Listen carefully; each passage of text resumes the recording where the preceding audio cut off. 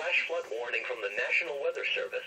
For the following county, Kankakee County, Illinois, the National Weather Service in Chicago has issued a flash flood warning for urban areas and small streams in Kankakee County in northeast Illinois until 2 o'clock a.m. Sunday at 7:46 p.m.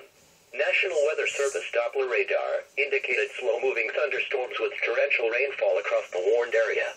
Radar estimates indicate that over 4 inches of rain has fallen in the past couple hours from just east of Kankakee to near Momence. Additional thunderstorms with torrential rainfall are likely over the next several hours. Runoff from this excessive rainfall will cause flash flooding to occur. Some locations that will experience flooding include Bourbon A, Bradley, Kankakee, Momence, Aroma Park and Granta Park. Be especially cautious at night when it is harder to recognize the dangers of flooding. If flash flooding is observed, act quickly. Do not enter the water.